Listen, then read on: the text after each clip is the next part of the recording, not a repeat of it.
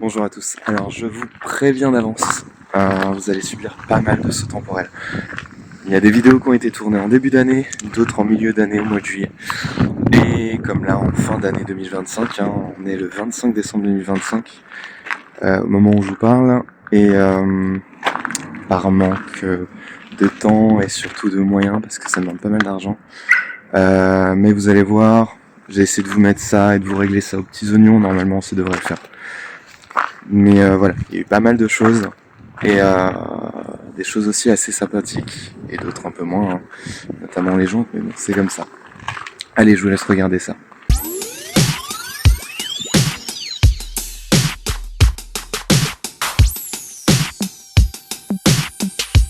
Dans cette vidéo, on va faire le nettoyage de la voiture, on va s'occuper de la fuite de liquide refroidissement, donc c'est là où il y a le pas de vis de la vis de purge, donc c'est une durite en dur, je vais vous montrer. Et puis ouais, nettoyage de la voiture.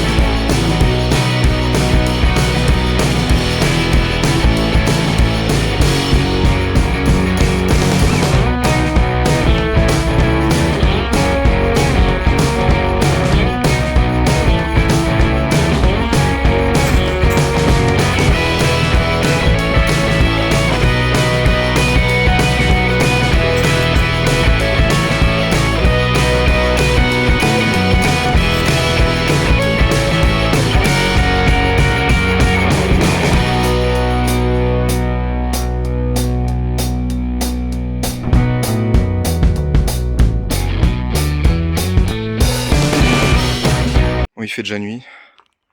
J'ai passé énormément de temps. Mais c'est déjà beaucoup plus propre.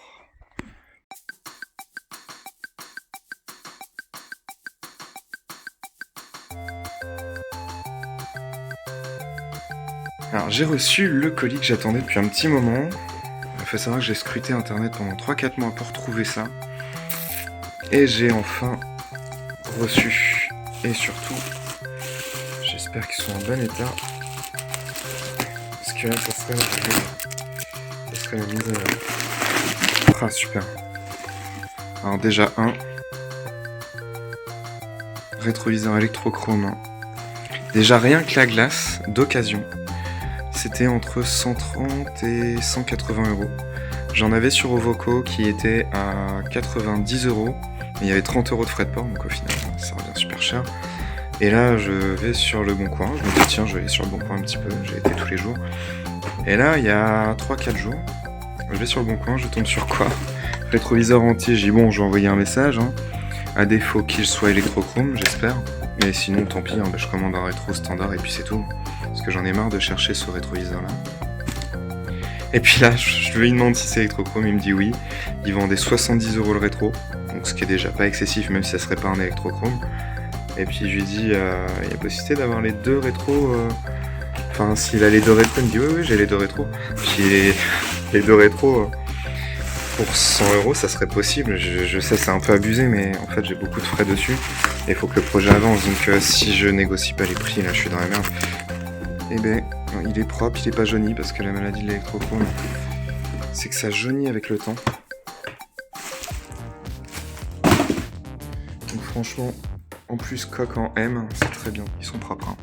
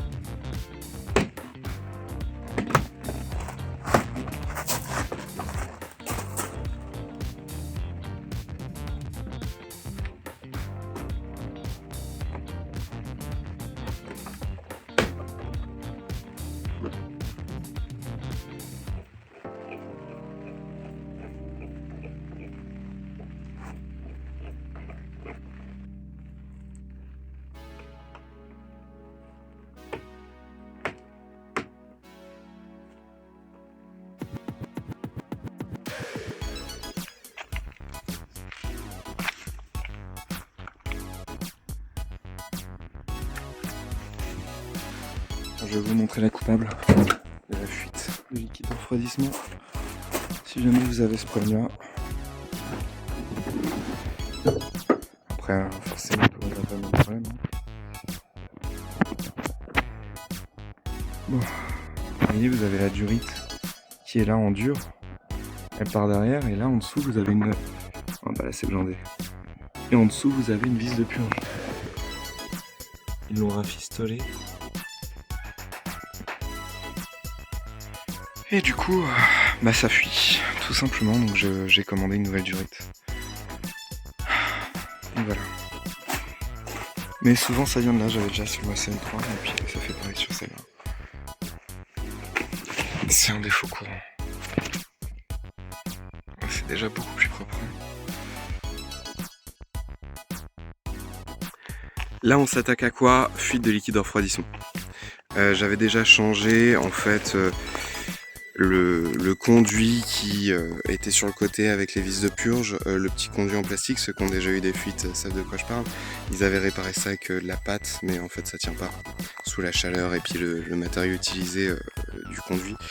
Et puis là j'ai une autre fuite, du coup c'est au niveau de la connexion entre le liquide de refroidissement et le moteur. Ouais je sais, je suis pas rasé, désolé hein. Mais bon, pas le temps en ce moment. Donc du coup je vais changer cette pièce là avec le joint dessus parce que c'est juste le joint qui est mort, mais vu que j'avais un moteur en échange, du coup j'ai toutes les pièces qu'il faut, donc je vais changer directement le conduit, au moins on est tranquille. Voilà, bon allez, c'est ça aujourd'hui.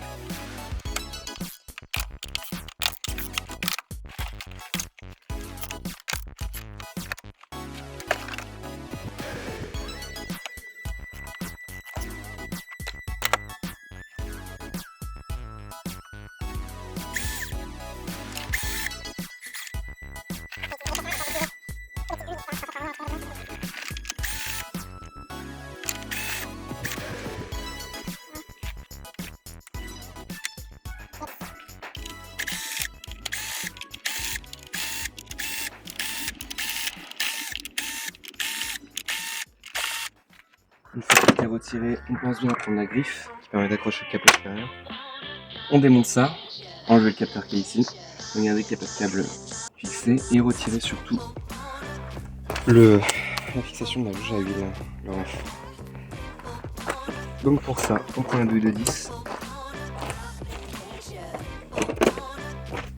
un petit cliquet, une petite rallonge et là ça va tout seul.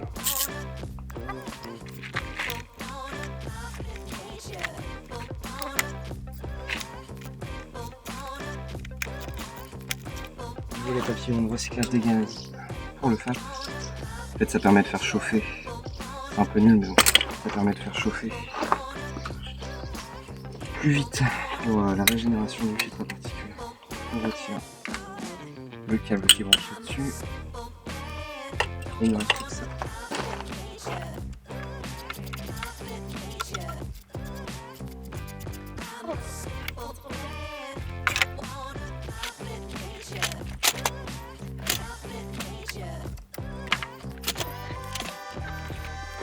Regardez, donc on a tout démonté et en fait le coupable est là, c'est lui. Donc il faut le démonter, il n'y a que 3 vis. On enlève la bougie, la connexion de la bougie, hop, et on démonte le.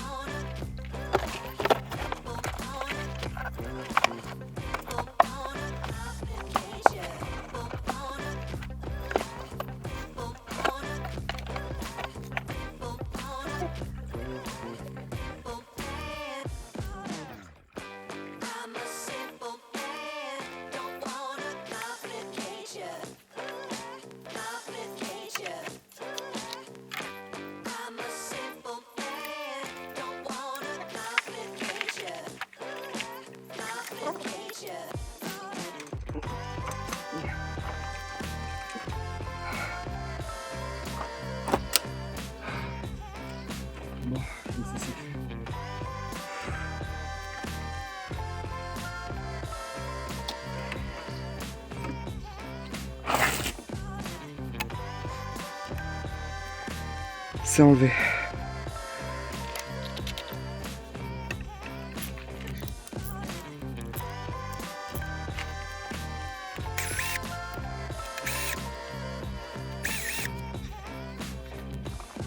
Ils ont mis de la pâte à joint parce que ça fuit. Du coup, vu qu'il y a toujours un peu de dépôt d'huile en dessous, bah, le liquide de refroidissement est venu en contact avec l'huile. Et du coup, si vous regardez bien, ça fait de la maillot. Parce que huile plus liquide de refroidissement, ça fait ça. Ils ont mis de la pâte à joint, mais ça marche pas là-dessus. Faut mieux changer le joint qu'il a en fait, parce qu'il est écrasé avec le temps, il s'aplatit. Et en plus, c'est normal que c'est cassé du coup sur le côté. Ça avait été réparé, on voit des traces de colle. Et là, ce qu'on va faire, c'est enlever la pâte à joint parce que là, c'est juste abominable. Enfin, à chaque fois qu'il y a une fuite, il y a de la pâte à joint. Parce que ça fuit à l'origine, d'accord, mais la pâte à joint, ça résout rien. Vous les remplacer avec un bon joint de bonne marque. Ça coûte 10-20 balles, à un moment vous êtes tranquille. Parce que la pâte à joint, vous pouvez la mettre en renfort avec un joint neuf, mais honnêtement, ça sert à rien.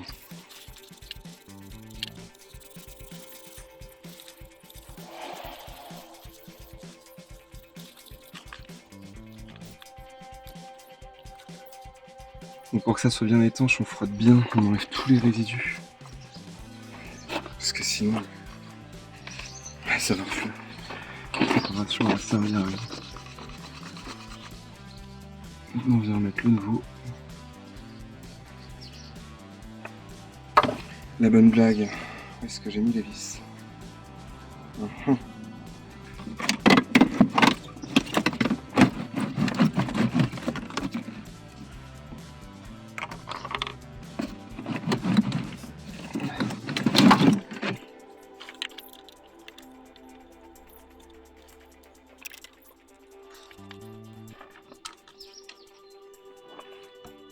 Surtout bien les emmancher à la main, parce que alors là, si vous foirez la vis dedans.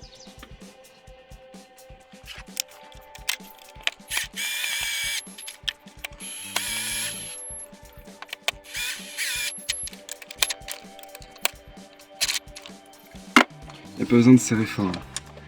Juste que ça soit bloqué en fait.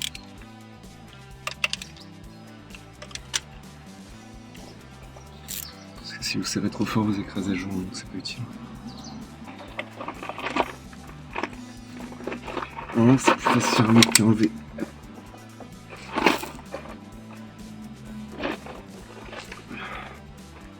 Ça c'est bon, c'est fait. Non, ça vient se clipser tout seul. En fait, il faut remettre le clips comme ça dès que ça fait clac des deux côtés. C'est que c'est mis. Ensuite, vous bougez de droite à gauche. Faut vous la cliner comme ça. Et non, c'est bon. On vient clipser d'un côté sur la pompe auxiliaire. C'est bon. Et de l'autre côté, on vient remettre dans son manche. Et on vient remettre là-dedans.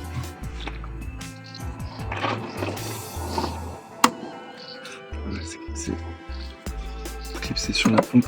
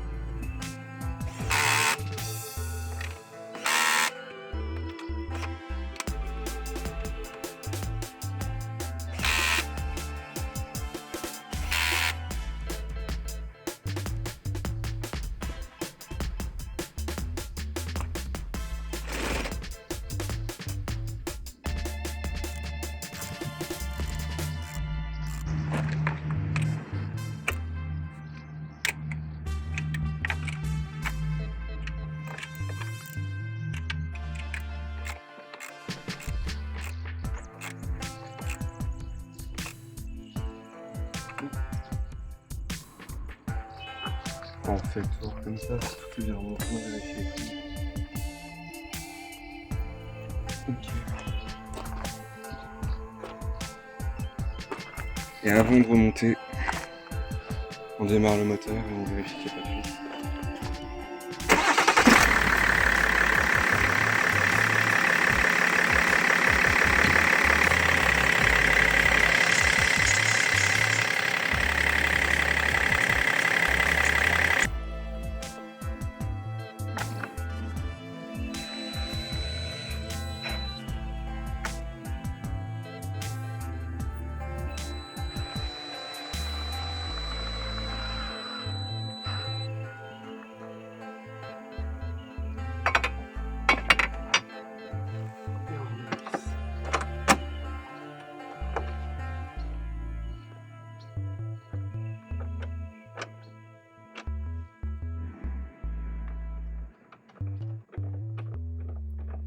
Pas mal de changements, j'ai pas eu le temps de filmer, il y a eu beaucoup de choses.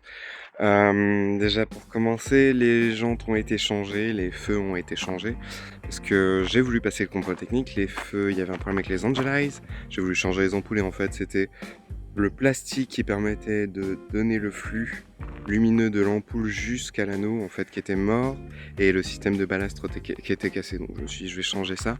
Au début je voulais mettre un feu d'Oka, c'était trop cher, j'ai dit bon la merde je paye direct les nouveaux feux.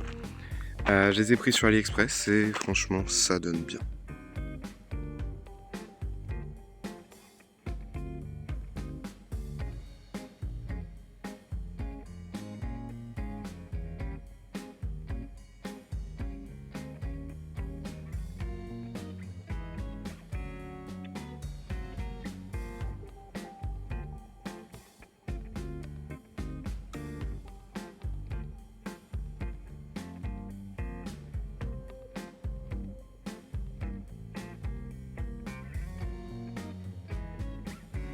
Dites-moi ce que vous en pensez.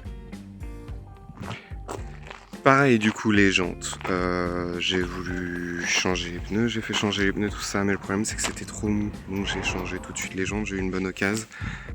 Alors comment dire? Ouais, je vous arrête tout de suite. Vous voyez, je vous avais dit que j'avais fait une bonne affaire sur la vidéo précédente, et bah c'est faux. Parce que je vous laisse regarder, découvrir en image. Oh bah tiens, une fissure. Oh bah tiens, une autre. Ah, c'est magique. Oh bah une autre. Oh bah une autre. Et encore une autre. Truc de ouf. Et ouais, les jantes étaient fissurées, donc c'est super. Et en plus, quand j'étais en vacances, et ben j'ai touché légèrement la jante. Ça l'a abîmé direct en fait. Et du coup on voyait la peinture noire en dessous qui n'avait pas été poncée, pas du tout préparée. Et en plus, les jantes étaient fissurées quoi. Rien de pire, hein. Risque de déchaussement du pneu, éclatement, tout ce que vous voulez, enfin c'est super dangereux. Méfiez-vous quand vous achetez sur internet, hein. Franchement regardez qu'il n'y ait pas de fissure, que ça soit bien peint, qu'il n'y ait pas de voilage, qu'il n'y ait pas de... Faut bien regarder parce que là honnêtement je me suis bien fait avoir. J'ai re-regardé sur le bon coin, du neuf, cette fois-ci mon critère c'était du neuf. Voilà, mais maintenant ça prend comme ça. Ça change la gamme. Honnêtement j'avais ça du coup sur l'autre série 5 et j'en suis super satisfait. Ça rend super bien. C'est top. Ça change tout des jantes. Et le GPS est toujours pas réparé, mais par contre le reste c'est beaucoup mieux. Elle roule super bien. Honnêtement, ça change tout. Alors merci à tous d'avoir suivi cette vidéo. Je suis désolé encore une fois pour l'attente que vous avez eue entre la vidéo précédente et celle-ci. Plus d'un an, je sais c'est assez long, mais encore une fois les moyens et le temps font que c'était un peu compliqué. Je suis encore désolé de ne pas avoir tout filmé aussi, entre le montage des feux, puis aussi le changement de la vanne qui fuyait, enfin il y a plein de choses, mais c'est assez compliqué. Il y a eu beaucoup de pluie aussi, donc je pouvais pas filmer sous la pluie, c'était un peu compliqué, et surtout le manque de temps. Donc je vous avoue que c'était, voilà, j'ai essayé de faire au mieux. La suite de cette vidéo, ça sera surtout l'amélioration intérieure de la voiture et éventuellement, si ça va assez vite, une dernière amélioration extérieure. Enfin, vous verrez, je vous en dis pas plus. Bon, en tout cas, je vous souhaite d'excellentes fêtes de fin d'année. Normalement, cette vidéo devrait sortir là, en fin d'année 2025. Donc d'excellentes fêtes. Et je vous dis à très vite pour la prochaine vidéo. N'hésitez pas à vous abonner comme d'habitude, à liker, à partager et surtout d'activer la cloche pour avoir la suite. Enfin, savoir quand sort la suite. Voilà, merci à vous. À très vite.